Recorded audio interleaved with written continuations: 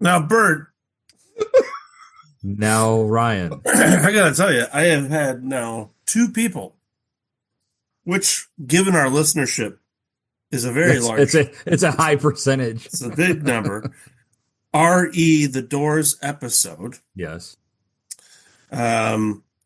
Say that they can't believe, out of all of the things we referenced and all of the sound clips we dropped, that we didn't do the Kids in the Hall skit. Which by the way, I sent to you. Oh. Especially as much as we complain about greatest hits albums. Yes. So fans, if this makes it into the before chatter, Bert, drop it in right now. Rate and go. So what about you? Well, I heard a record of theirs last night at a party. Yeah? And I've always liked Love Her Madly. Well, if you become a Doors fan, Love Her Madly is the only song you won't like. All right. I guess I should start with their greatest hits. Hey! Greatest hits albums are for housewives and little girls. You're not serious. You don't want to be a Doors fan. Get out of my store. And that was Bruce McCullough talking about the Doors and making fun of greatest hits albums. Fans, you're welcome. I made it happen for you. Actually, there's even a comment, I believe, on our YouTube about it. So, I'll be honest with you. I don't check the YouTube account as often as I should. Well, there you go, fans. If you are enjoying the show and you like YouTube, F off. Bert don't care. AKA. Hey, that's no, it's not that. It's that there are 11 subscribers on YouTube and on Spotify and on Apple and a couple of other platforms. There's like 30 or 40 a piece. So I don't pay as much attention to YouTube because there's only 11. Give me a dozen, then talk to me. They don't count. Noted. Hey, Drew. 4 of them are probably us. I had a question for you, Whiskey Drew. Mm-hmm. And it's not about your whiskey, although I'm going to tell you right now before we get started, microphone working, you sound sexy. You sound Thank you, good. man. I've got big plans for season 3, by the way, but we're gonna go out right. You sound so good you could beat me off. Hey. Your Liz is awesome. She said, "This is it. This is the best episode of the podcast. So many great nuggets, so many good rabbit holes, correct pronunciation of Aquemini." Oh, that's for a different episode, but yes. Oh, was that? Oh, yeah, it was Low End Theory. Yep. You're right. You're right. That was a good episode. The one where I was missing. Well, I think that's why it was her favorite. Take the hint, Drew. God. Drew, I've always had the feeling she's not fond of me. That is 100% untrue. But what? So your son-in-law has a beef with me? Yeah. David, I'm calling you out because he has diverted twice now from coming on and talking with us about our treatment of Jack White. And let's go, buddy. Come on, bring it on. He's not lacking courage. He's in a busy time, had a big move, doing a lot of things. But I told him, just come on and put on the gloves and just let's go. A new challenger approaches. Ding, ding, ding. He's coming. We'll make it happen. All right. Look, dude, I am ready to defend my dislike of Jack White. Also, I would like to say the rest of the pod liked it. So don't take it out on them. Yeah. Man. And also, I don't was a even straight remember line what our middle. conversation was because how many albums ago was that? Yes, true. That's true. But I probably was kinder. I was in a more kind zone then.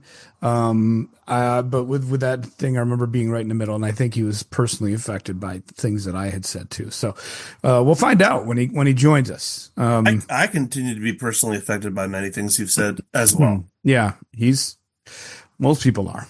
That was 14 albums ago. Most people are. I mean, I was still a teenager when we recorded that one. Mm-hmm. Shit, I didn't need Geritol when we started this.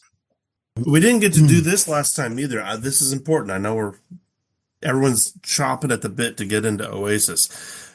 Drew and I had a chance to meet up in Chautauqua in the beginning of June. I got to hold in my grubby, slimy hands the poster. He brought it with him, and I got to see it with all Why? of its You guys should have holes. taken a picture. We could have posted Well, that he up said on that. the- He mentioned that post. But Drew, do you have it nearby?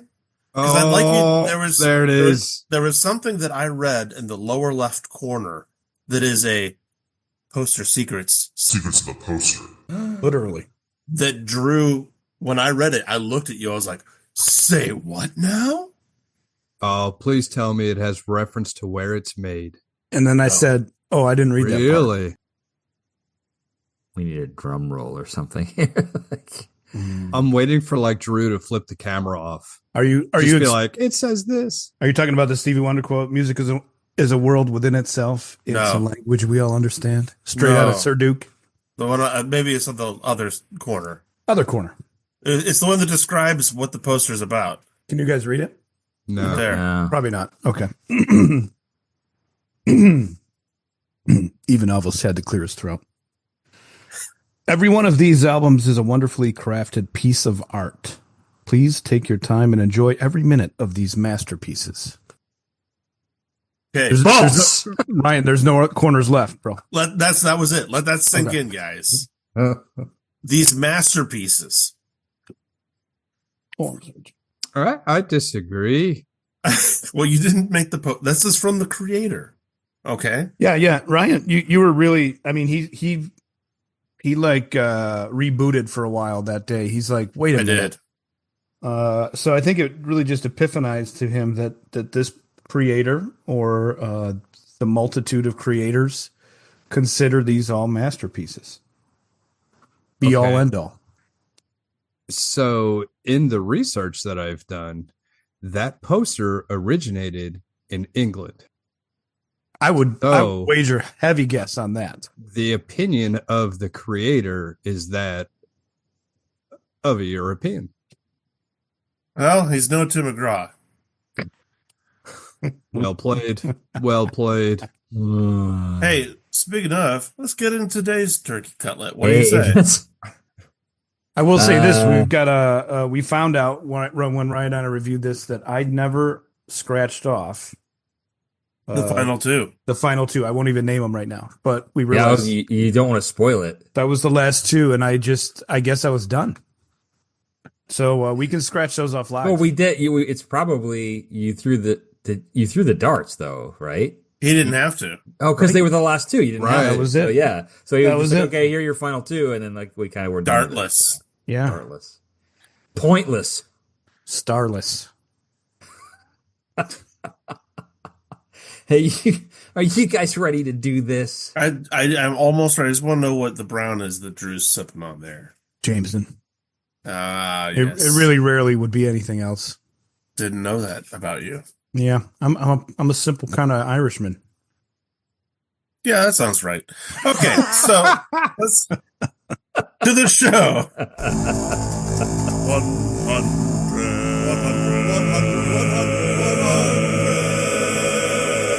100.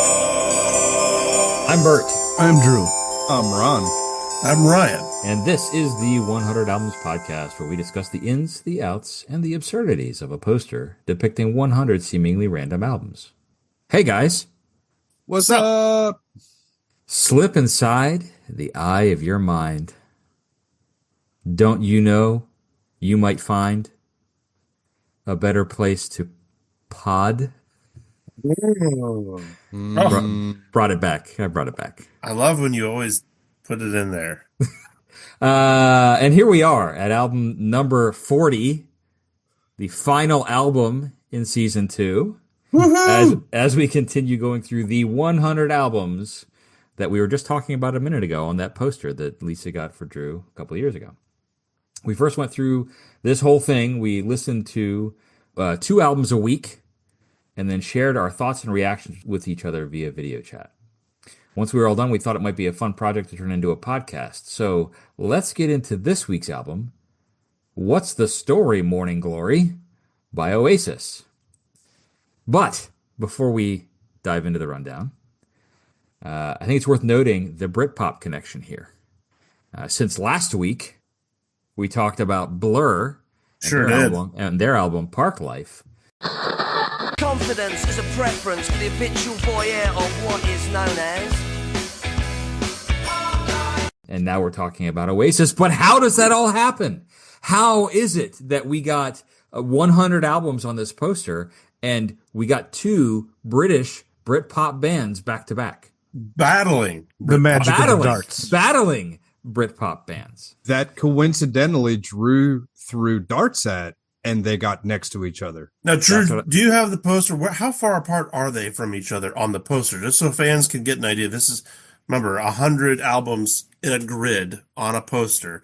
What are the odds here? I mean, how far apart are they in terms of, is it a knight's move away on a chessboard, or what are we looking at here? Looking for them here. This is a lot to look through. Yeah, I'm putting you on the spot a little bit because you're the one with Park the Life poster. Park Life has the dogs on it. And what's the story? Yeah, if you remember. Okay, here's Oasis. Okay. Let's see. Row 2, aisle going down 4. Hmm?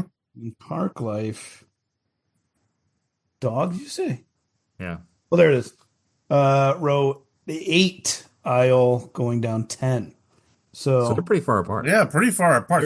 They're a shock apart. They are a shock apart. So listeners, in your mind's eye, if you picture a poster that's kind of set up like a grid, like Drew's describing here, each week Drew would take two darts. He hung the poster on the wall of his barn. You can see the holes. You can see the holes. There you go, perforation. And each week he would take two darts and throw each one, and whatever the two albums that those darts hit were the two albums we were going to listen to that week.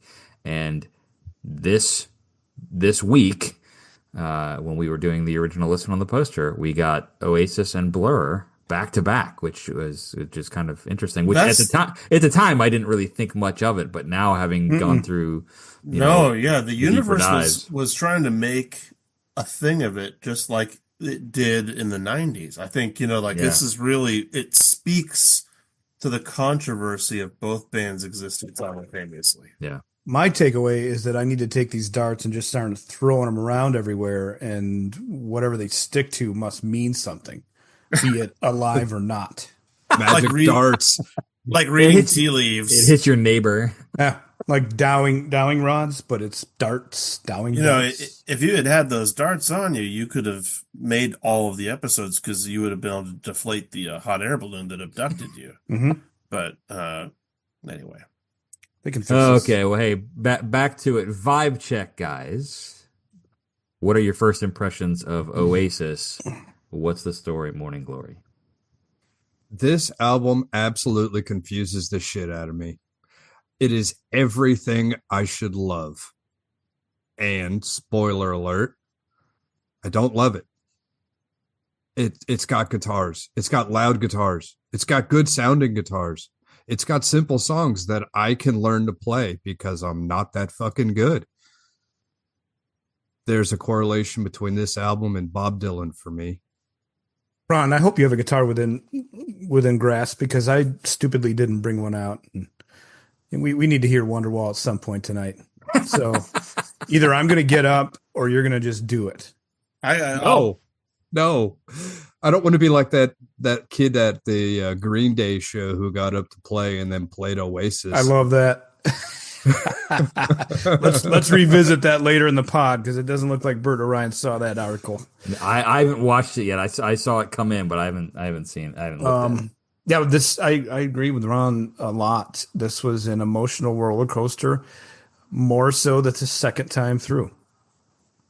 I definitely spent more time on it this time, largely because I have historically not enjoyed Oasis. And, I'm always looking to do the work on this and try to get it in my ears and get an appreciation for things, and I've landed on the other side of it this week with a meh. I liked it. I like it. I liked it then. I like it now. I think that what I find really interesting about the the first time on the poster, I was more familiar with Oasis than so full disclosure, you're going to hear a lot of comparisons from me this week comparing Blur and Oasis. You'll be the first to do so. I'm sure. I'm sure. But when we first did the poster, I wasn't as familiar with Blur. Blur was new to me. I had more familiarity with Oasis, and I really liked Parklife, like as we talked about. So I like this album. I like Oasis, but not as much as Blur, as much as Parklife. I feel like the first impressions that I have from the re-listen are that I like Blur better. I think that Oasis doesn't do the pop aspect of Britpop as well as Blur does. Oasis has what I wrote in my notes as a gloomier sound. That's probably not the greatest descriptor, but like it's a darker. I'm feeling more minor chords and stuff like that instead of a little more kind of that happier vibe that I got from Blur. But I still enjoyed the album, still enjoyed the songs. There's only a couple of songs on the album that I'm like, meh. But so that's where I am. Well, this could make for a good conversation, potentially. Yes. Maybe. Not that we've ever had good conversations on this podcast. No, it's a rarity. And listeners, if you're not interested in that, then you can just stop the podcast now, because this is about to get real. It almost sounded like the intro to The Real World. If you don't like it, go home. What happens when four dudes listen to music and start talking? True story. All right. One hand hitting another hand makes a great sound. Let's put it together for Bert in today's rundown. That's right. Hey, let's talk a little bit about background. Oasis. In 1991, bassist Paul McGuigan, guitarist Paul Arthurs, drummer Tony McCarroll, and singer Chris Hutton formed a band called The Rain. Unsatisfied with Chris Hutton as a singer, Arthurs invited and auditioned an acquaintance he had named Liam Gallagher as a potential replacement. Liam suggested the band name be changed to Oasis, inspired by an Inspiral Carpets tour poster in the childhood bedroom he shared with his brother Noel, which listed the Oasis Leisure Center in Swindon as a venue at which the band played. So they changed their name to Oasis, played their first gig on August 14th, 1991 at the Boardwalk Club in Manchester. They were the bottom of the bill, below the Catchmen and Sweet Jesus. Noel was working as a roadie for the Inspiral Carpets, went with them to watch Liam's band play. Noel was impressed with what he saw. He approached the group about joining the band. The catch was that Noel had to be the primary songwriter and leader, and that they would commit to becoming a mainstream success as a group. So now you've got your classic lineup: Liam Gallagher on vocals, Noel Gallagher, lead guitar, vocals, and the band leader. Paul Arthurs on guitars, Paul McGuigan on bass, and Tony McCarroll on drums. After over a year of live shows, rehearsals, and recording a demo, the live demonstration tape, in May 1993, Oasis were spotted by the Creation Records co-owner Alan McGee. Oasis were invited to play a gig at King Tut's Wawa Hut Club in Glasgow by the band's sister lovers, who shared their rehearsal rooms. The Oasis was given the opening slot, and they impressed McGee, the Creation Records co-owner, who was there to see 18 Wheeler and Sister Lovers. McGee offered Oasis a recording contract on the spot. However, due to problems securing the American rights, Oasis signed a worldwide deal with Sony, which in turn licensed Oasis to Creation Records in the United Kingdom. Yeah, Bert, I actually listened to a podcast through the BBC called The Rise and Fall of Oasis. Did anyone else listen to that this week? No. So there's conflicting stories on that moment in Glasgow, as well as just I want listeners to get the wrong idea about how the brothers joined up, because there was actually interviews in this podcast from them. And when he joined the band, it wasn't just about the songwriting. They were having a hard time nailing down like some really good songs. Yeah. And so they knew he would be able to help in that regard. But he also, because of his profession, knew the ins and outs of the industry and knew people that they could help them. And he brought in a work ethic that was needed to become a successful band. In Glasgow, according to the band, they drove all that way and they're only going to take so many bands, and they were told they couldn't play because there's too many bands. They wouldn't let them play. It's like, sorry, we're not going to do it. And they begged, said, hey, we drove all this way. Can't we just play a couple of songs? They went on stage. The person you mentioned, who was clearly there to see the bands that were under his own label, Right. Their story is he missed his train and he popped in there to have a beer and happened to catch them, and the Goldilocks moment happened. Yeah, right. The So- light shone down. Which I think is an overall theme for Oasis, Yeah. is that their version of events may not be grounded in reality. Or differs from a more mainstream account. Right. That's polite. That's polite. Well, let's see. Noel was on Hot Ones and did the whole Wings thing. His account of that is he did some strong arming because they weren't going to be allowed to play. And he pretty much threatened the guy to get on the stage. When they walked off, they were like, hey, you want a record deal? I'll sign you right now. Which, yeah. So on the same podcast, they mentioned that the club's account is that they called and said, hey, we got one more band that really wants to play. He's like, well, do they want to be paid? He goes, no. He's like, then who cares? So put them on. Yeah, right. So, Oasis released their debut album, Definitely Maybe, in August 1994. At the time, it was the fastest-selling debut album in England. Nearly a year of constant live performances and recordings, along with a quote-unquote rock star lifestyle, it began to take a toll on the band. This came to a head during a September 1994 show in Los Angeles. Liam, most likely under the influence, gave a pretty bad performance on stage, made comments about American audiences that lots of Americans in particular found offensive. He also hit Noel with a tambourine while on stage. Noel quit the band and flew to San Francisco. Eventually, the brothers worked things out and the tour resumed. But this is where I think it's like, okay, there's definitely some things happening, some interpersonal dynamics that are happening between not just the brothers, but like the people in their orbit, right? Oasis began recording material for their second album in May 1995 at Rockfield Studios in Wales. As the work on their sophomore album began, the British press seized upon an alleged rivalry between Oasis and another popular band at the time, Blur. Remember those guys?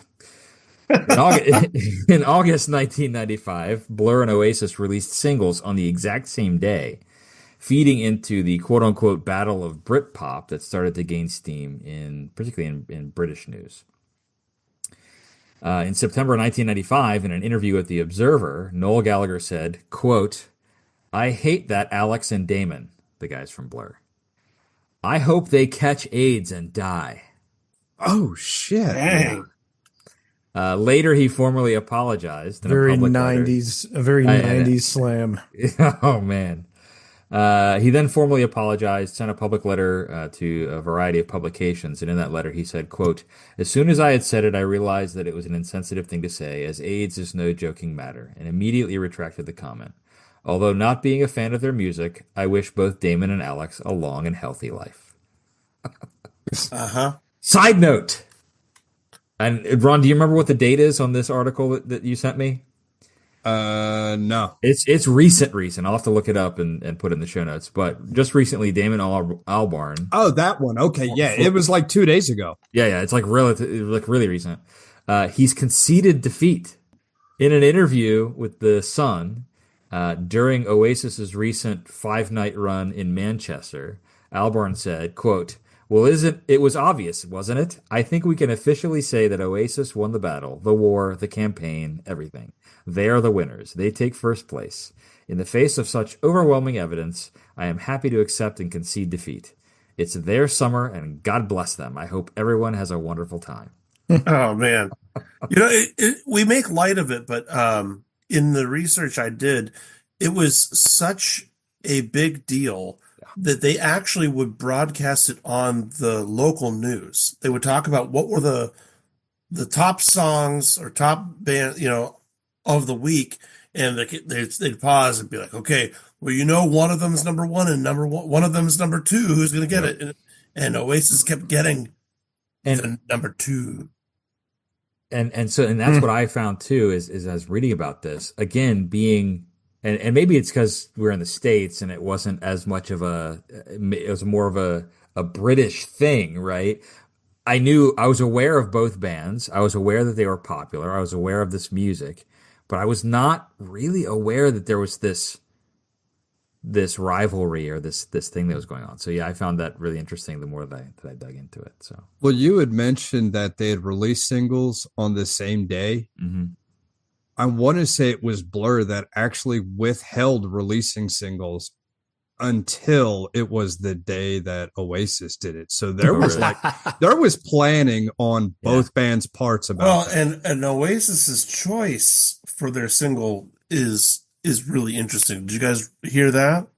It was I didn't write it. I saw it in the research. I didn't jot it down. So like "Roll With It" was one of the ones. That's what it was. Yeah, which is really interesting to me because obviously on this album, there's 3 very well known hits, which I'm sure we'll talk about.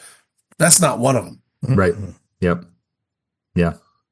I like that song, but we can talk about that too. Yeah, but you wouldn't put it up against something arguably better, would you? On purpose? I mean, I don't think they knew, right? I mean, yeah. And who knows what the that speaks to the actually labels were doing and their decisions, and that speaks to a concern I have with this record for sure. But that also with that whole thing about the rivalry, it's another revelry that could come out of this. We talk about these feuds in almost every episode. Somebody's got beef with someone else. And maybe that's been a running undercurrent throughout music history. Poster secret? I'm thinking a universal secret, but who knows? Maybe it is a secret to the poster. In defense of "Roll With It," and I realize we're not even there onto that spot of the podcast yet. I don't care. The songs that became the hits essentially are ballads. Some are anthemic in nature, but they are ballads. And I think if you're going to come off of their first album, swinging punches, the first thing you throw out into the world is not going to be a ballad. Yeah. Not in 1995. Yeah. I mean, Reason would definitely lead you that way, but also in 1995, as per another, I didn't send this out, but there's an old College Humor video where this guy's like saying how to play guitar so you can get laid. And that was a whole premise. And the whole thing is about learning Wonderwall on the guitar, because those stupid ballads, one after another back then, were just hitting so hard. There was a lot of ballads going on then. So that had to have been some of their train of thought. So back on track. Oh, were we off track? Let's talk about this album specifically, the production of What's the Story Morning Glory, released on October 2nd, 1995. Ronald? Aye, Captain. All right. So What's the Story Morning Glory was recorded in June of 1995 at Rockfield Studios in Wales on the Creation Records label. Many other bands recorded at Rockfield Studios, including Black Sabbath and Queen's Bohemian Rhapsody was also recorded there. However, not in the same studios. All the big bands were done in the big studio in the big house. These guys were out back in a studio called The Coaches. Was the biggest British album of that decade, selling 5 million copies in the UK, 22 million worldwide. Initially, the studio was booked for 6 weeks, but recording was completed in 12 days. Due to the band not knowing the songs and there not being any demos, Noel had to record a single guitar and scratch vocal to a click track, and then the rest of the band laid their tracks over it, starting with drums, with Noel telling them what to record. Now, throughout this, their original drummer, Tony McCarroll, it just wasn't working out. So they brought in another guy, Alan White, and he finished it out. What's the Story? Morning Glory was Oasis's breakthrough in the U.S., reaching number 4 on U.S. Billboard 200 and being certified platinum 4 times by the RIAA. Album yielded 4 major hit singles. Some might say Don't Look Back and Anger both reached number 1. Roll With It and Wonderwall peaked at number 2. The latter has emerged as the band's biggest selling UK hit, spending 30 consecutive weeks on the chart. Champagne Supernova and Wonderwall reached number 1 on the Billboard Alternative Songs chart. And at the 1996 Brit Awards, the album won Best British Album. So, 12 days they recorded this. On day 1, they did Roll With It. Day 2, they did Hello. Day 3, they did Wonderwall. Now, outside the studio, there's a stone wall. And so Noel thought it would be a really good idea to record the acoustic guitar sitting on a wall, later acknowledging it was not the brightest idea. It's a big wall. But so they recorded that outside with him literally sitting on a wall. How romantic. It's a wonder. Wall. Day 4, they did Don't Talk Back in Anger. Day 5, they did Champagne Supernova. And then on day 5, Noel and their producer were going back doing some mixes. And the rest of the band, because Noel is the primary songwriter and the rest of the band didn't have anything to do, they went to the local pub and got drunk and invited all their newest friends back to the studio, which pissed Noel off, leading to a big old fight where doors got broken and a cricket bat was wielded at someone's head. And so they took a break for 10 days, came back and recorded the rest of the album with 1 song per day. Per note, Noel, quote, "You can really tell a difference between the 2 sets, with a lot of the newer ones having repeated verses as there wasn't time to finish them." So big difference there. That explains a lot of my issues with this. We're coming up on the rest of my issues as well. It's like therapy. Okay, so talking about gear, I'm going to try and plug one of those holes that you identified there, Ryan. So there was a Kurzweil that was used for all the strings parts, a Mellotron. The bass was a Fender Telecaster bass, and it was recorded live and through a DI. The guitars was an Epiphone Riviera. I got to say, this dude has great choice in freaking gear. I'm so jealous. A 1960s Les Paul, a Strat, an Epiphone Frontier acoustic, a 1963 Vox AC30 that he bought off the Hollies that was a house amp for the Beatles when they first started in the Cavern Club. Wow. I know, right? So wait. So you're telling me there was a Beatles influence on these guys? only in the gear, not in songwriting or not in career path. Or it was lyrics. only in gear. Okay. Yeah. Okay. No, they didn't directly pull a line off Lennon or a chord change or nothing like that. It was only about the gear. And then for drums, it was like a Gretsch kit, a Ludwig kit, a Rogers kit. They also used an Eventide DSP 4000 harmonizer for pitch correction. This was the precursor to Auto-Tune. And so back in the day, that's what they used to clean that stuff. Now, here comes my big beef with this album that we'll dive into later. The mastering of this album, they used it on the ass end of the album before that, and I didn't write down the title. Definitely, maybe. There you go. So it was a new technique called brick wall mastering, where they would use the soft limiting feature on the Apogee AD500. And then there's a whole bunch of terms that I don't understand, but basically they would push this piece of equipment, and instead of having high peaks and valleys, it would compress it, but then they would amplify it. And it makes this album sound louder than most normal albums and CDs of the time. So that way, if it was on a jukebox, it would be louder than any other CD on there. This became a very popular technique later in production and almost became a standard.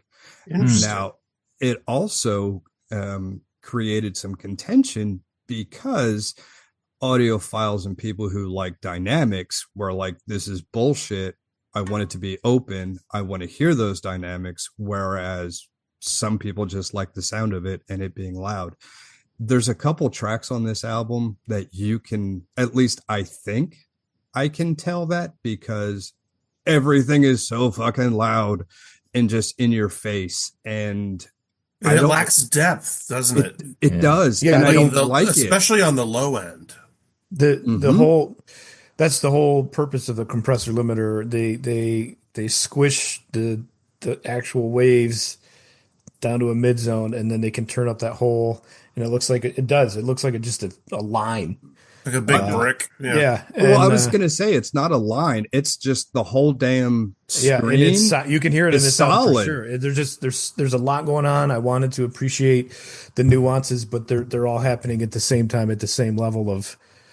And this was happening in the U.S. intensity. too. I mean, at the same time period, like I'm thinking of the Aerosmith album with the cow. Get a grip. Yeah, and it's so bricked out across the middle so that it would be perfectly played on radio without any fluctuation in dynamics. And it's the same idea of just overproduced nonsense. I never thought about that album with that. It makes sense. It's everywhere. I mean, you can actually hear it, and we'll talk about this album later on the poster. But Pearl Jam's 10, to some aspects, has it. It happens that early in the culture that people are really, I mean, if you want to talk about how radio influences the way things are produced, it goes back decades and decades prior to that. But here we are using technology to really hyper focus that, as you're mentioning, Ron. Well, have any of you ever hung out with a guitar player before? Just Ron. No, they're fucking pricks. Yeah. Well, nothing like a bass player. The guitar player's, truth to life is I have to have my guitar amp, Ron, fill in the blank, on, or else I won't get the full. These go to 11. Yes, or else I won't get the full spectrum of what I can do here. And so, if they were recording that way, they have to compress, to handle it. And it's a huge secret of recording, but like everything, it can be overdone. And if you just do it on the whole track, you're just smushing everything together. That's the problem with MP3s that nobody alive underneath the age of 40, without caring about it, would even be able to acknowledge. I didn't mean that as an ageist comment, actually, but we're just so used to MP3s now. You rarely hear anything else.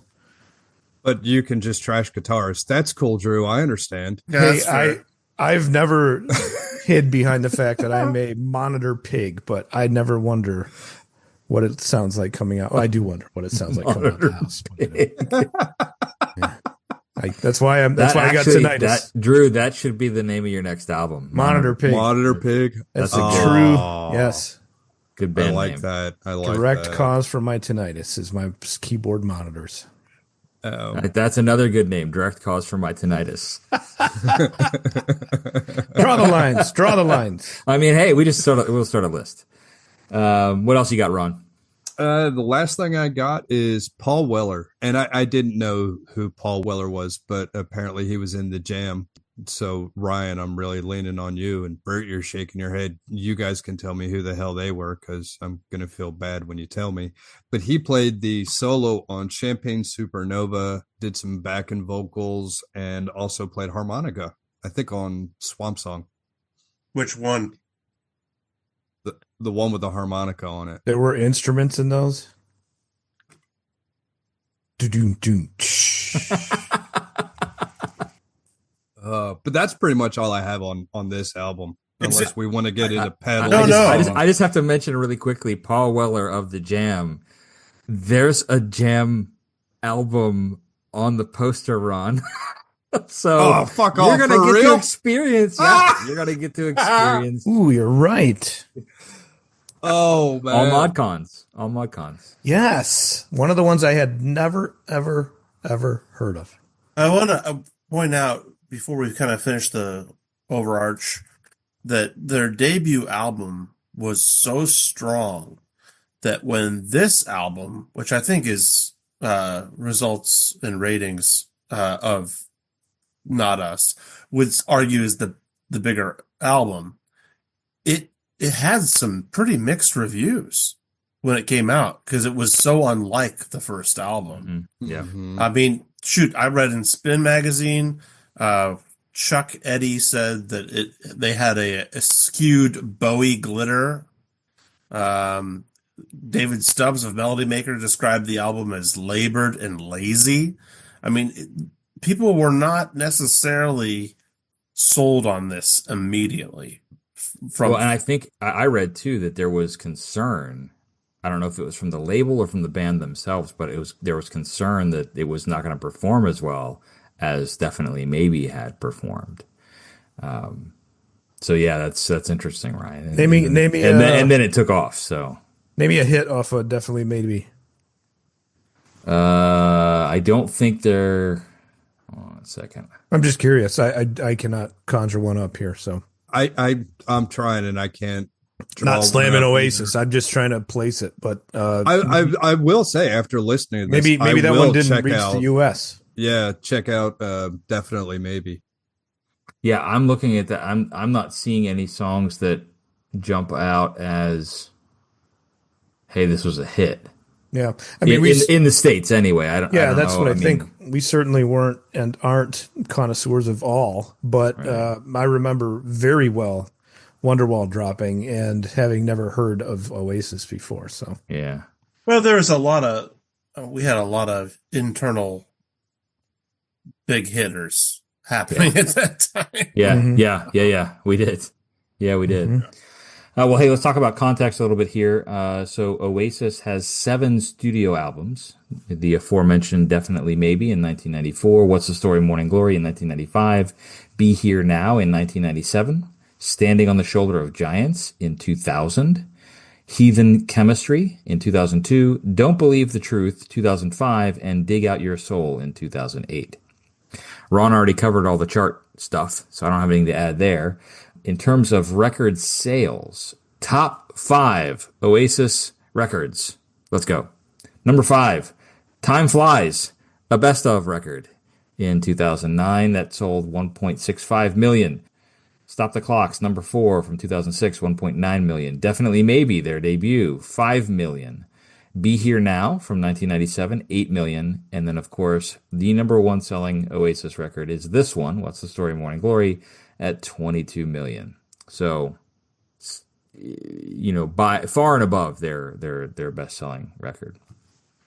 I've got a couple of other notable things here before we take a break. Oasis performed back-to-back concerts at the Nebworth Festival on August 10th and 11th, 1996. I found this fascinating.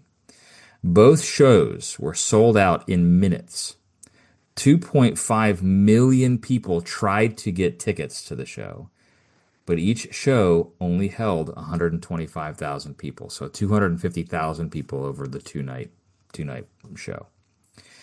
However, if every person had been able to get a ticket, they would have had 20 straight sold out shows at this venue at 125,000 a pop. All because of Wonderwall. Well, I mean, this feeds into that Beatle thing, which I'm sure we'll get into later. But yeah. The other thing I had was an interesting kind of anecdote about the album's cover art. If you look at the cover of What's the Story Morning Glory, you see two guys. You're looking at the back of one and in the front of the other, and they're walking toward one another. So I found an article in Big Issue, an interview with the photographer and graphic designer Brian Cannon. This is from 2014. As intended, it's provoked a few questions in its time, the cover art, such as, which one's Liam Gallagher and which one's Noel? And where the hell are these guys? The answer to the latter question is Berwick Street in London's Soho, a popular location for record shops at the time. The answer to the former question is, it's neither of them. Quote from Brian Cannon, it was supposed to be Liam and Noel, but they cried off, I think because they were pissed from the night before. Running, is there an end to this? That means drunk. In the end, as he set up to shoot around 5 a.m., Cannon himself had to deputize himself as one of the figures in the photo. He's the guy in the beige jacket on the right, alongside another survivor from the previous night's drinking session, London DJ Sean Rowley. You can also spot album producer Owen Morris in the background, holding the record's master tapes over his face. So I thought that was kind of just an interesting little anecdote about how the cover photo was taken. Another thing too, the Brian Cannon, this graphic designer and photographer, I can't remember which other record it was. One of their albums has a Bentley in a pool, and like there's like a scooter in front of it. So anyway, it's not definitely maybe, but it's one of their other records. But the Bentley in the pool is actually a Bentley in a pool. They paid like £75,000 Jeez Louise. to like put this car into the pool in the water and stuff. So anyway, yeah, you can depend on them for the photo shoot like you can for a unplugged concert.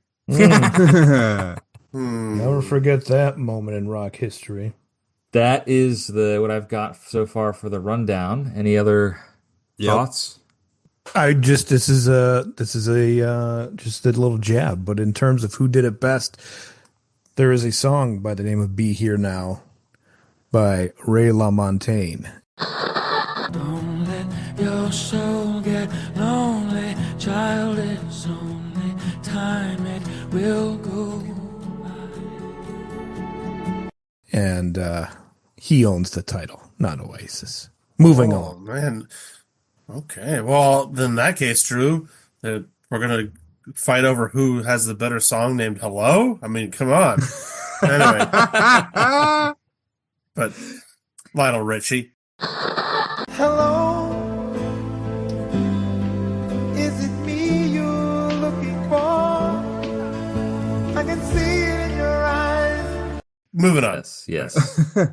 So in ahead, that episode of Hot Ones, which Bert, if you don't care to put that in the notes, I'll shoot you the link. There are some interesting moments in there. First off, as it pertains to us, Sean Evans asked him about the youth culture and his opinion on some things, and he mentions grime rap as being the new punk rock, and apparently his kid was all about it, and so he has glorious things to say about grime. So worth it on that. The other thing that I was going to talk about, that they ask him about songwriting, and he says, when you start off, you're writing your songs for you and people at your shows. And then when you start getting money, you start getting removed. And so you start looking at like general concepts, life, love, things that are relatable. But once the checks start coming in, you don't write songs for the audience. You now have the fuck you ability to just do whatever you want. And so just him talking about his stages of fame, and this album was the start of the removal process for him, not writing it for the audience. You got some more money, so you go out and you buy dumb shit like a 1967 Jaguar when you don't know how to drive, which he did. And to this day has never driven it per him. He's like, look, I don't drive, but I still have that car. And you buy all the shit you want. So through that Hot Ones, he really does do some cool introspection. Now, definitely has an ego. I mean, that is No. I know, right? That's a shocker. But he's incredibly honest about it. And so the harshness of someone who has a large ego, and especially a lot of the things you hear about him, it almost made it a little bit more endearing to listen to the guy. It was actually quite surprising. So check it out. It's pretty cool. And at the end, he gets lit up with fucking hot wings. So if you don't like him, you're like, ha ha ha, fuck you. It's tough being that talented. Ugh. The heavy weight to bear. Mm-hmm. But do you really think he's that talented? No, that's coming up after this almost commercial break. I was just going to say, I think it's time to hear from this week's sponsor. Well, I almost hate to tell you about this week's sponsor because, last week, also, Britpop, we had a returning sponsor. It didn't go so well. This week, we have a returning sponsor. I'm hoping better. Fare a little better, yeah. Okay. But they sent me a copy. I do my job. So here we go, folks. Eucharistos is a proud sponsor of the 100 Albums podcast. Eucharistos, the crispy, craveable flavored cheeses. Get your congregation numbers up by giving them what they really want. Eucharistos. In an effort to attract younger followers of Christ, Eucharistos is announcing new, exciting flavors like blue raspberry, jam and strawberry, original cinnamon, altar boysenberry, holy chip, and Father's Secret, a proprietary blend of sweet seasoning that you won't be able to describe to anyone. You may want to, but you'll be strongly encouraged not to describe it. It's that good. Starting in early August, expect to see these fun flavors available in snack-sized mix packs just in time for back-to-school shopping. Bring the crispy, craveable flavored Jesus to your child's lunchtime this school year with Eucharistos. Remember, there's only one choice when it comes to rejuvenating your congregation's interest in the sacrament of communion. Eucharistos, the crispy, craveable flavored Jesus.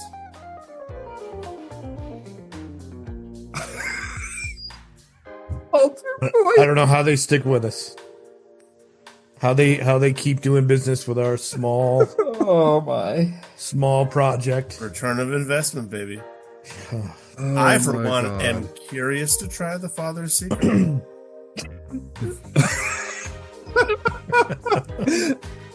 Bert's good that he's not drinking it. Altar boysenberry? That's brilliant. Oh. And Rick, you always have to have blue raspberry. It's just, it's not an actual flavor, but it has to be there. Yes, and kudos to Eucharistos to knowing that one of the flavors has to be the blue flavor. All right, guys. It's time for the good, the bad, and the ugly. On the re-listen, what did you find was good? What did you find was bad? Or perhaps ugly about What's the Story, Morning Glory? Well, I've said it before. I love the guitar sounds on this album. I absolutely do. I think they're phenomenal, with the exception of Hello. The wah wah guitar either needs to be buried in the mix or only brought up for the solo. I found it to be distracting. It's probably the only guitar on this album that I think is distracting, but I absolutely love the guitars on this. They're simple, they sound good, they're just good. Yeah, good for me. I actually like the overall, I don't want to say plainness of the album, but accessibility perhaps of the album. I know that the line, I'm not the first one to say it, has been drawn that they're more the working class Britpop versus Blur. And I think it really shows on this album, and I think they do it well. There are certainly songs on here. I mean, shoot, Don't Look Back.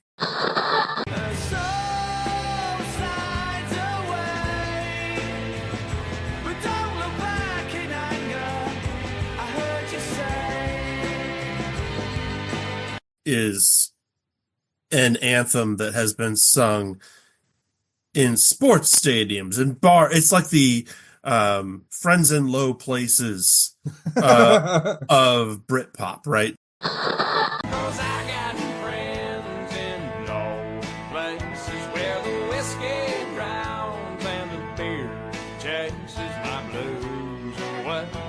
So like they did that so well. Although, that full disclosure, that's also ugly for me. Don't Look Back in Anger is my least favorite song on the album. Hello, I love that they start off sneaky.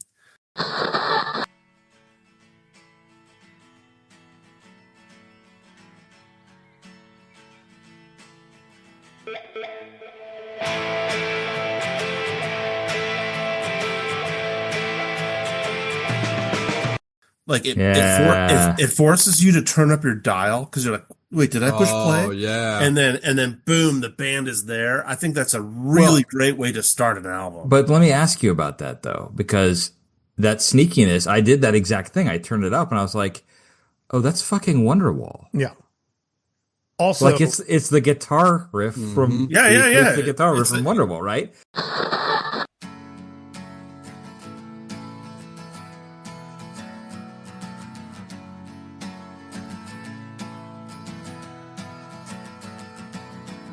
So I thought that was odd that they started it that way, and then kind of did like a pump fake and went into something else, right?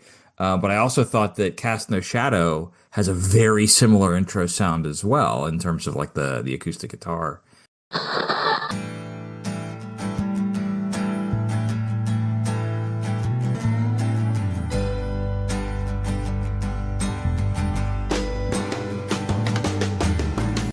But anyway, go ahead, Ryan. I interrupted. I think Roll With It is also actually one of my favorite songs on the album.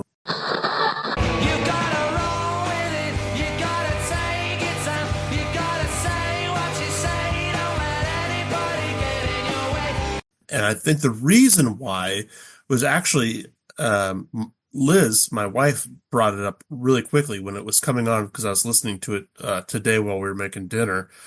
And she was like, oh, is that TVI by the Stooges?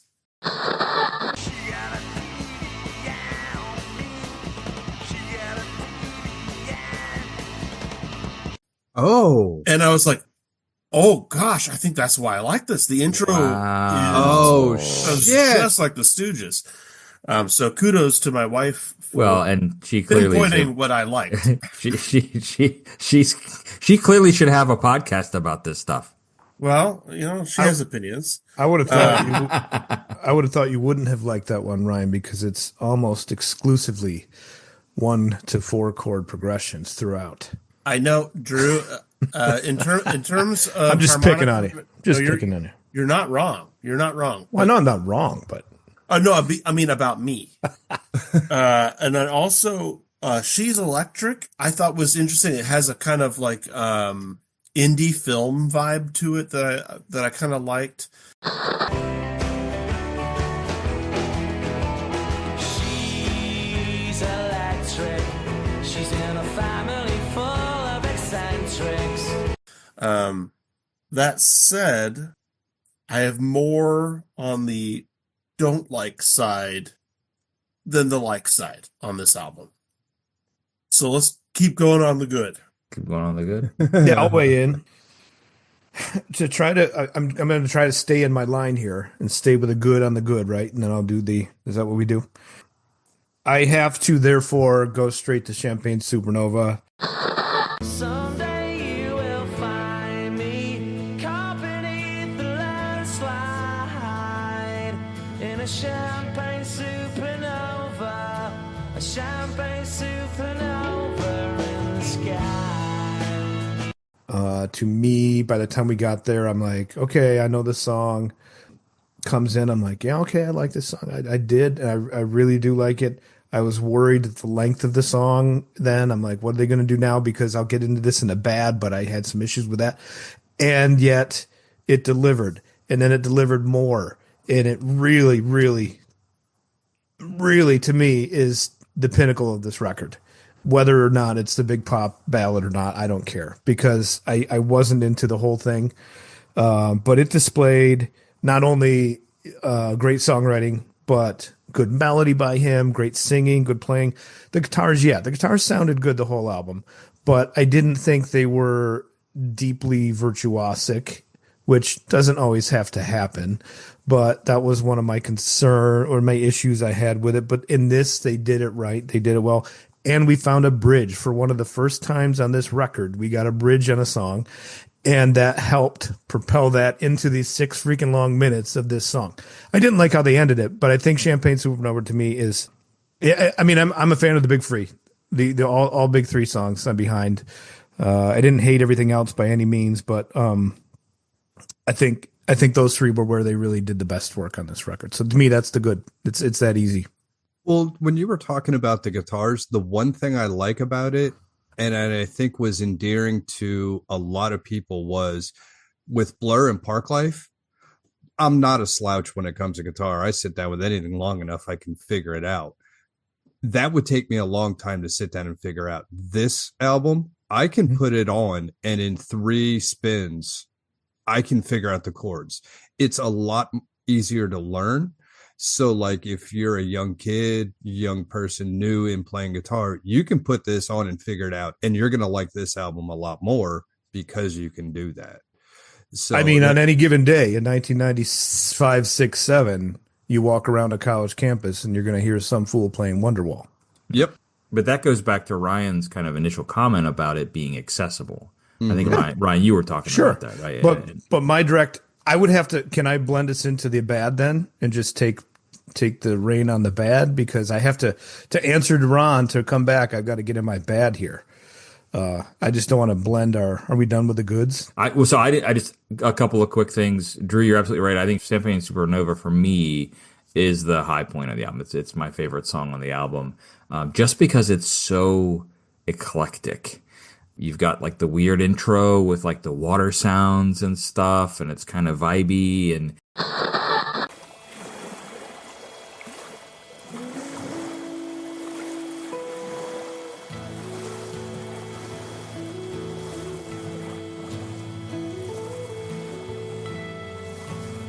there's even some psych elements happening in there, I think, and it's just not like much else on the record, at least to my ear. I like She's Electric. Do you know what I'm saying? But I need more, 'cause I'll be you and you'll be me. I thought that it had of the rest of the album, that's the one that I'm like, oh, I could see Blur doing something like this. It had more of that kind of what I consider more of a poppy sound to it. Wonderwall. I said maybe you're gonna be the one that saves me. Is it overplayed? Absolutely. Is it a good song? Yeah, it's still a good song in my book. It's not my favorite one on the album, but it's I think it's still good. I already talked about Hello and a couple of the other ones. There's some good things happening here. It's not the kind of, would I go out and buy this now? No, I would not. But it's something that it wasn't a chore to go through the listen, multiple re-listens here as we've been preparing for again a quick turnaround on this one, this week. So that's my good. All right, Drew, hit me. Yeah, go Drew. All right, unleash the hounds. So it's not an ugly. Yeah. Well, it's not an ugly, but it's a bad. And I know you probably have already thought this too, Ron. You have to have. I understand it's accessible. I understand it's playable, blah blah blah. But let's talk in terms of guitar soloing. And I don't even know if these guys claim to be wonderful guitar players or not, as far as that goes. So maybe they don't care. But where this gets bad for me is because they make their songs so freaking long and they don't pay out. There's no lyrical interest to me. Like I said, they don't even have, in some cases, a C section or a bridge, and they don't have some awesome solo. So I don't know why they're making 5-minute long songs. To me, that's why you make 5-minute long songs, or at least you can justify it by then. So that takes me back to the playing. If you were to tab out some of these, solos or whatever, it would be really easy to do because they're not really, to me, definitive solos. It's just like noodling. You can hear him staying in the same box, like the same 2 frets just going do do do do do do do. Not even that fast, but and we all could do that, which is great. And I understand it. And I'm over criticizing their guitar playing, and I'm not even really a guitar player, but I have trouble with all of these instrumental breaks in this. And you know what? Honestly, there was a lot of this in Blur too, but I don't know. It feels different. It feels like they just couldn't wrap it up. And the one time they did hit it and wrap it up was that short song you guys have mentioned a couple times. She's Electric. It comes in and it goes out. They weren't trying to make a solo section that didn't have a solo or whatever else. But yeah, that to me is the bad. Is their songs are too long and they don't fill them up with good stuff. I can actually relate to that because most songs that I personally write are this simple and are 5 minutes long. Just because I tend to write longer chord progressions. Fucking they just are. And so that didn't bother me as much, but that's more because that's just me. So I kind of related to that. That's fine. We don't have to agree. Well, no, I thought that was the point of this whole podcast. Fighting until we all get on the same page. But and the other thing there must be only one winner. Okay, we'll be here for the next 7 days. But this album reminds me a lot of the Lennon album we did, where if they would have taken more time for this album, it could have been more. And I understand, you have a goal and they're driven and all that shit. But if they would have just taken more time, write that extra verse, put some more thought into it, this could be a much better album. Also, if you take out the production techniques, for me, it rubs me so bad. But I think you're onto something, Drew, where there could be more out of this. There's bright spots. I don't know. I'm sorry. I don't think this could have done better with You don't? more. No, I really don't. And I'm not saying I wouldn't appreciate those things, but I think, well, one, as we established in the rundown, album did fine. But two, some things are just what they are. And this, I wouldn't want to go back at this and be adding layers. I don't think anything helps. Nothing that I can imagine, and I've got a pretty good imagination, would make me like this album more with more studio time. I don't think that's the answer to this. I accept that. I was going to say, yeah. But I mean, as a listener of details in those instrumental sections, you talked a lot about that, you in particular, Ryan, on the Blur album. I didn't find them interesting in this one. And I'm not saying there's two sides of that. Like Ron said, either go back in and make it better or make their stupid song 3 minutes like it should be and get it over with. I mean, take the song Cast No Shadow. As they took his soul, they stole his pride.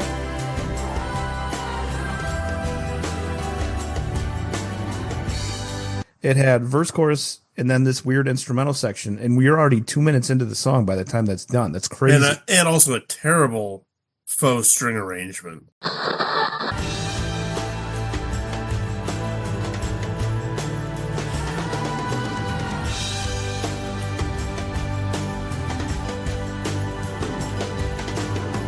Oh yes, that's I didn't even go there. But after that point, it just repeats it again. Yeah. And then it just repeats the last little hook they have. It just goes on and on for that for a minute. So what do we have here? Like, I came up with a verse and I mean, I've done it. Don't get me wrong. But that's my bad about the album. It's just these songs are way bigger than they should be. Yeah, my major bad about the album comes down to, we've talked about it on this podcast ad nauseum. That is, the central voice does not identify with me as that is not a narrator I'm interested in.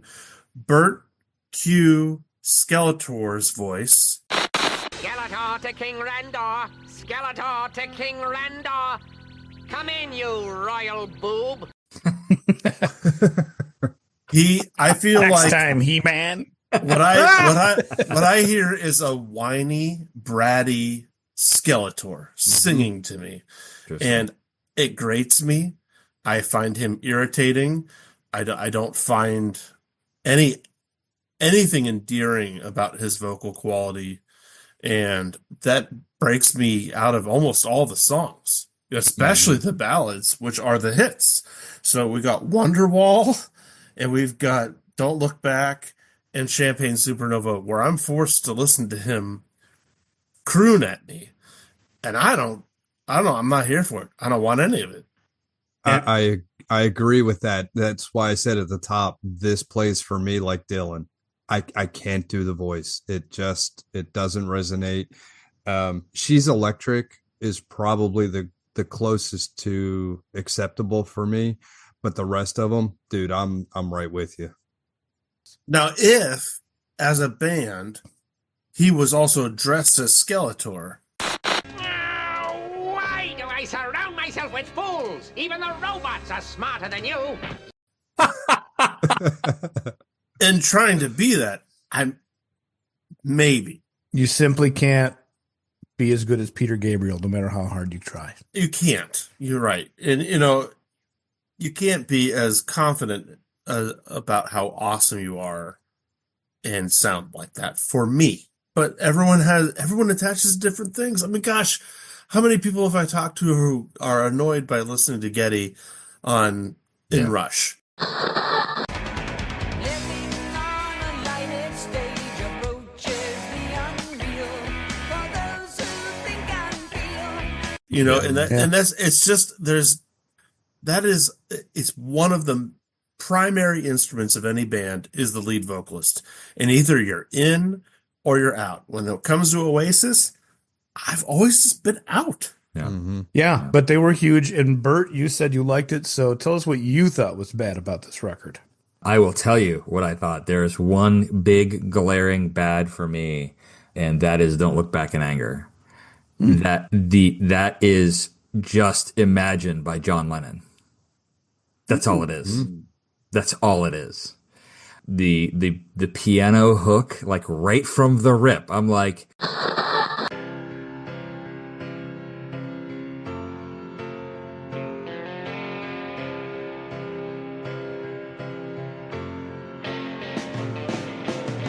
oh wait, I've heard this before. You know what I mean? And the infatuation's not the right word. The influence, the inspiration that these guys took from the Beatles, I don't fault them for that. The Beatles were a fucking awesome band, right? So take inspiration from that and do your own thing. But don't just repackage it and call it your own. Like, you know what I mean? Like you might as well cover Imagine and do a recording of that and be done. I don't think quarterly it's that similar. It's close enough. But I think it's closer to Paco Bell's Canon. I do too.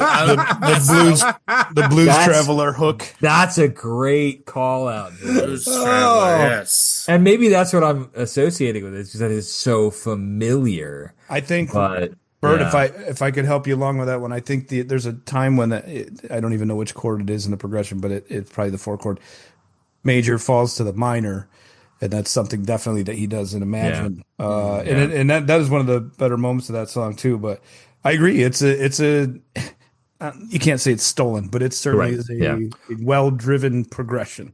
Yeah. Well, did you guys hear the story on how he got that song came about? He was No. listening to Pachelbel's Canon D. No, he was. You know, either- you're gonna force me to drop in a clip of Pachelbel's Canon and D. You know that, right?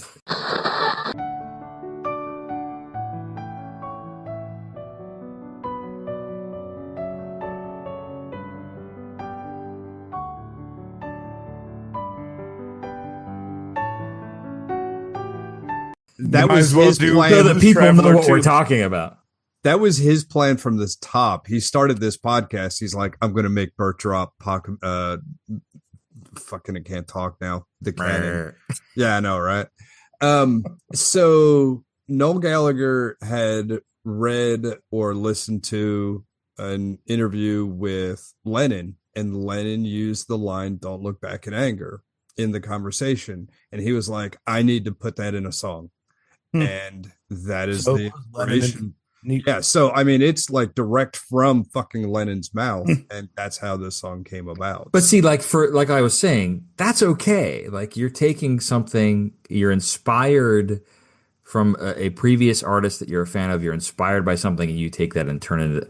I mean, but don't lift the chord structure or enough of the identifiable. Yeah, it really, that's, now I'm getting in my ugly for that, so I'll save that comment. But I did have another chord progression that is funny here, since Bert brought that up. Go back and listen to Some Might Say. It's the first part of that song.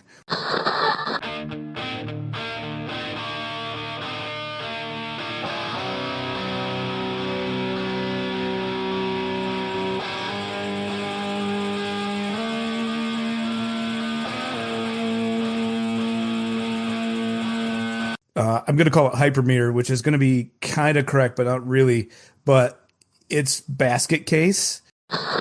Do you have the time to listen to me whine about nothing and everything all at once? by in- Green Day. Yes, in double time. So, but not double time. I'm speaking halftime. Let's just call it halftime. Oh my So god! if you sing Basket Case really slow over the beginning, it's just that, I mean, they didn't steal it, but it's funny. It occurred to me. I'm like, man, this is straight up Basket Case, which arguably was released at the same time. They certainly didn't steal it, but it's fun. It's just a fun little thing. Little Easter egg. Oh my! I was just listening to it in my headphones here, and oh my gosh, you're not wrong, Drew. If you're like, do you have the time? I'm probably not in the right key, but yeah, that was cool. I think wasn't there another John Lennon lyric in that too? Wasn't the brains I had inside my head, wasn't that also based on a John Lennon lyric? I don't know. I think there was quite a because few. you said the brains I had went to my head. Wasn't that a? I didn't go far in the lyrics with this Oh one. shit, no. I think Ryan, you may be right. I think I may have gotten wrong that's the line he lifted. I'll have to go back and look. Okay. I will say, in terms of their Beatlemania, and Bert, you talked about them selling out of shows. They announced their reunion tour, and just it sold out. Yeah. Yeah, I mean, just like Beatles again. So, here we have that U.S. bias, but they were so a part of the culture. It cannot be underplayed, the importance of this album outside of the United States.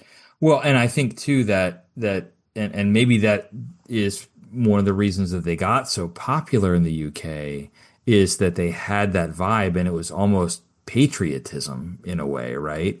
I mean, Noel Gallagher on tour was playing a was it a Fender? I forget what kind of guitar. Epiphone Riviera. But he had the Union Jack painted on it, right? So there's very much a pride in your country kind of vibe to Dude, what nationalism has sold for Right. it's sold for hundreds of years. And so Absolutely. that kind of British invasion aspect of things could be a big factor in why, maybe it didn't quite make it to the States on the first record, but hey, this record comes around and suddenly Americans are like, oh, we're ready for another British invasion or whatever. So Bloody hell. Yes, Ryan. Is it? How are we going now? Is it results and ratings? Yes, results and ratings is what's up next. But Drew, I know I don't want to miss out on what Drew's ugly was. Oh, my ugly's simple. I won't blab on like I do. I know that, I can see your guys' eyes glaze over sometimes. The ugly is simply this crap about their fighting and their drinking, and it goes right into what we were just talking about. It's too much. You flew too close to the sun with this rebellious rock and roll musician crap. I don't buy it. I didn't buy it then, and that's why I stepped off after Wonderwall. I just didn't want to go to these guys because they seemed like more interested in their bad guy personalities than the fights when they were at shows, the canceled shows. Like everybody's doing those unplugs, like Ryan said, they blew that up. Why? Don't tell me. I don't believe for a minute that you're really fighting if you're in a functional group. I think it's all stage and shtick, and I don't like it. It could be real. Could be WWE. We don't really know. Yeah. There's a lot of questions about that today. Yeah. Results and ratings time. Ron, on a scale of 1 to 10, where are you at? I will honestly give this album a 6.5. Okay. That's I won't buy it. Yeah. But I can't say that I'm gonna dog it with a shit score. So yeah. I will say I would rather go see them in concert than buy an album. I think it would be a good concert. I think a live show with them would be great. I'm too old for that shit. My ears hurt. Do you have the tinnitus, Bert? Oh, bad. Real bad. I gave it a 7.5. Drew gave it a 5. Ryan gave it a 5. Average score then was a 5.83. And we ranked it number 52 out of 100. So, Ryan, Drew, you guys are sitting at 5s. Ryan, do you own it? I do not. Then I think you need to change your score. I'm kidding. I will. But, I plan to anyway. All right. So what the second chances? What are you guys thinking about your score? This is definitely a 4 for me. I'd almost do 3.5, but I feel like that's just me not being its target. I think a 4 is very fair. I'd give it a 4. I'd drop it 1 point. All right. Drew, how about you? I will remain a 5. I went into it after a little bit. I said, "Man, I've really valued this album." And then after Wonderwall, I remembered why. And I did own the CD. I don't own the vinyl, but I own the CD, and I don't remember listening to any songs other than, if I even listened to it, period, Wonderwall. And so I remain as a 5. That's fine. Was it a Columbia House? That's what I think. I think I bought it like, oh yeah, I'll get these 10 albums and then I'll pay for this and I'll be legit this time and then I'll, make it right. But am I confessing things I shouldn't be? No, I don't know. They're still looking for you. I'm sure what's it called? Limitations. Yeah, I was going to say the statute of limitations. Once they get through everybody in the student loans, they're going to go straight for the Columbia House. Coming soon. And we've done band names today. I feel like Statue of Limitations would be a good band name as well. But that would be good. Like a nice speed metal. I like that. I probably would drop it a little bit. 7.5 I think is probably a little high for where I'm sitting at right now. But like I said, overall I enjoyed it, so I'm not too concerned about it. Hey, let's go to Margaritaville. If Oasis or What's the Story Morning Glory had a restaurant, a theme restaurant, a la Jimmy Buffett's Margaritaville, What would it be called, and what would the theme be? Okay, I've got one, just one. That's all right. I only have two. This, guys, it's the hot new restaurant in town. It's called Oasis. Okay, but here's the problem: they don't take reservations, and every time you show up, they're closed. That's funny. Are their advertisements really good? Like, it's going to be so awesome. Everyone talks about how good it is, but when you try to when you actually try to go, flavors you can't describe. The staff doesn't show up. That's good. Flavors you can't Ron, describe. Drew, you guys have anything? No, the flavors that you probably shouldn't describe. Oh, I misspoke. Sorry. You'll be encouraged not to describe.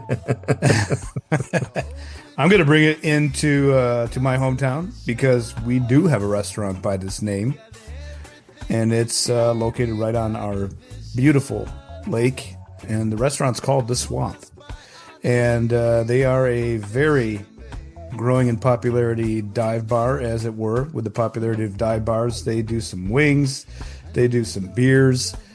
Most of the time, you cannot access the little tiny bar that is it's a real bar building, but it's a shack, but it is in the middle of a swamp. You have to walk across a gangway to get into it. So, and that's not a built swamp. That's natural overrun from the lake. And so the swamp is my pick of the week. And it's a real restaurant. And maybe this will get them to give us a little advertising. Yeah, right. And me some free wings. Anyway. All right, so I got a weed store called Roll With It because if you're gonna give me a softball, I'm gonna knock it out. And then I have a cheese shop called Way Now. Oh, well done. Nice, Ron. Nice. I've got two. I've got a home cooking restaurant, and it's a question. Rolls with it? Like, would you like rolls with it? So they always say that. That's right. It's never a question when I'm around. There's always. You are one hot buttered roll, Bert. That's right. I've got a steakhouse called Don't Look Back in Angus. So. Nice. All right, guys. Hot take time. Who's got a hot take about Oasis or this album? I got two. Oh, good, because I don't have any. Same. Okay. The first hot take relates to my hot take with the Blur album. Now, you may recall I made a wild generalization about music history and a blank in the European, especially British, output for a number of hundred of years and how that related. Yes, you mentioned Benjamin Britten. That was a good reference. I did. Yes. And I've had time to sit on that. And my hot take number one is that was full of shit. So if anyone listened to that and thought, Ryan, there were all these other awesome things, you're absolutely correct. And I'm sorry.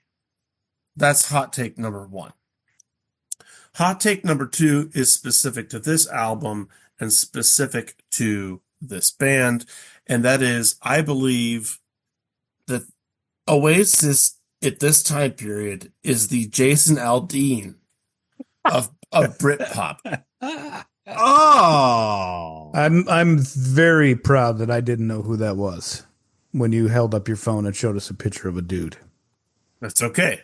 So expand, Ryan. I mean, Just here like we have working class kind of. but only in theory, working class. Right. Jason Aldean has tons of money, has no connection with the working man at all. Right.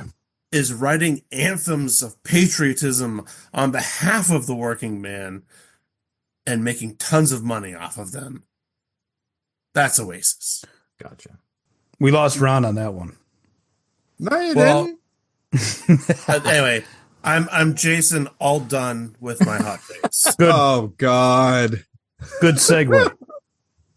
How about you, Rondra? You got any takes? I like the mea culpa, by the way. Yes, sometimes you got to get something off your chest. This is the part about being celebrity that's hard, is you say something and it's on record, and you need to clarify. I've often lost sleep about some things I've said on this podcast, and I have lost sleep about stuff you've said on this podcast. I'm sure you have. And you get your emails, you get your phone calls, but it's one thing. But you're inside your own head. It's a whole nother battle. We haven't lost any sponsors yet, so that's the important part. Yeah.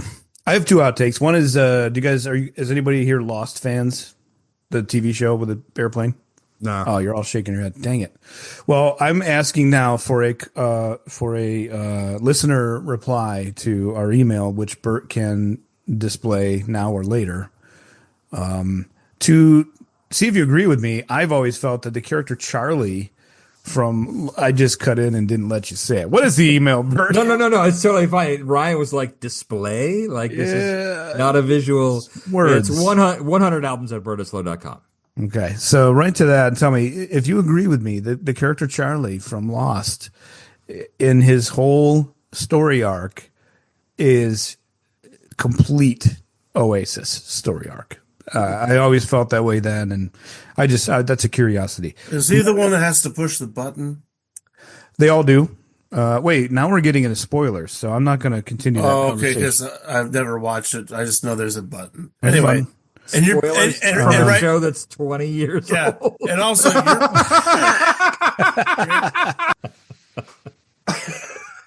Man. Oh my. My hot take about this album directly is that if I look at this album as pop, I know they want to be rock stars, but if I look at it as pop, I can enjoy this album.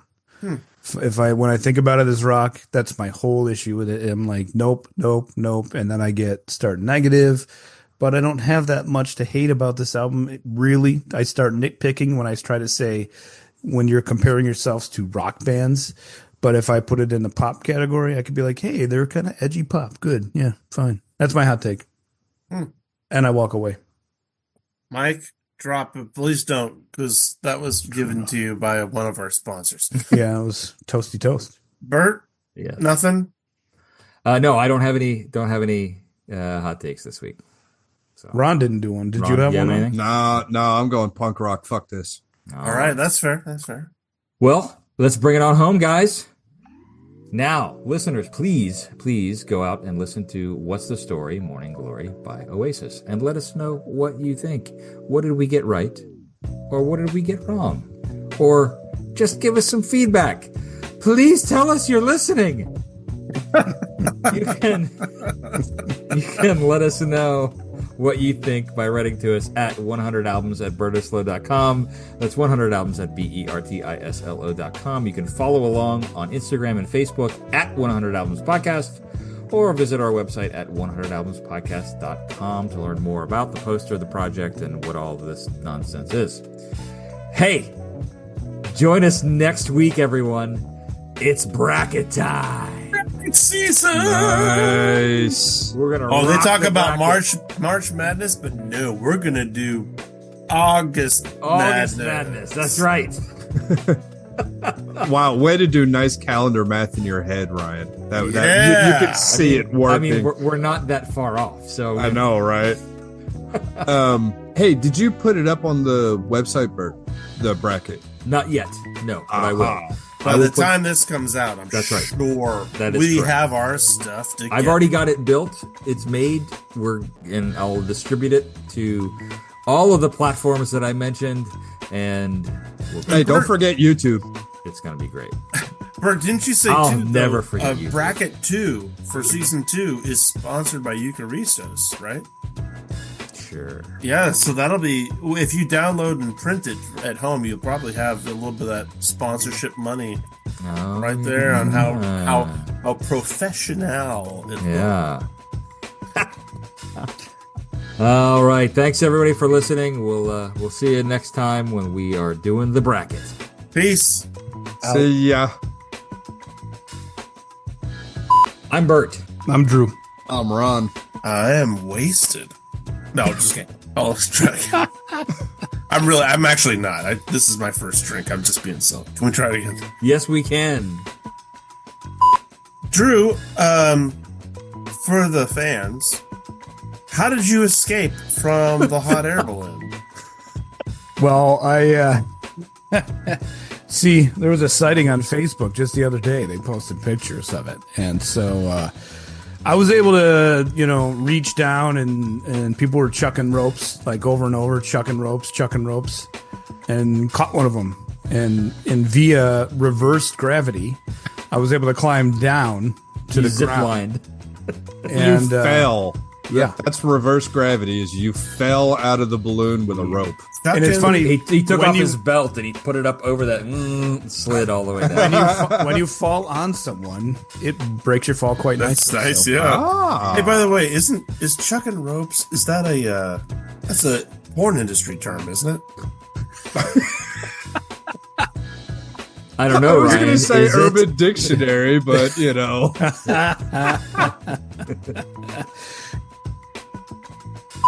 Like a Bert, by the euphemism? way, I don't know. that podcast you turned me on to, and Liz picked out some. I listened to some more today. It is delightful. Right. Yep. So That's the one song podcast that Bert has brought up many times on our meetings. And the only reason I didn't listen to it, quite honestly, is I just didn't trust Bert's opinion. But Liz went ahead and tried it anyway, and then after listening to it, it's like, oh, it's actually pretty good. So,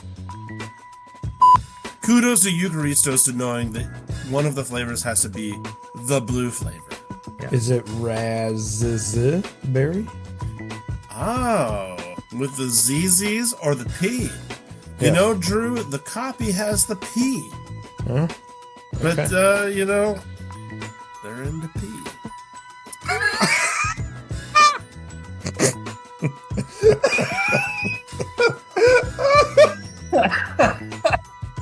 I mean, this stuff writes itself. what?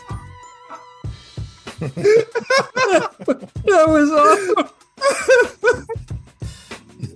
oh my god, Ryan broke himself. That was some great off the cuff, man. Ad lib it. And not unlike this week's album and its connection to the Beatles, really. I mean, because, we have a golden shower sting your eyes. Okay. Oh, Well, that was fun. That was a good That little was ride anecdote. nice break.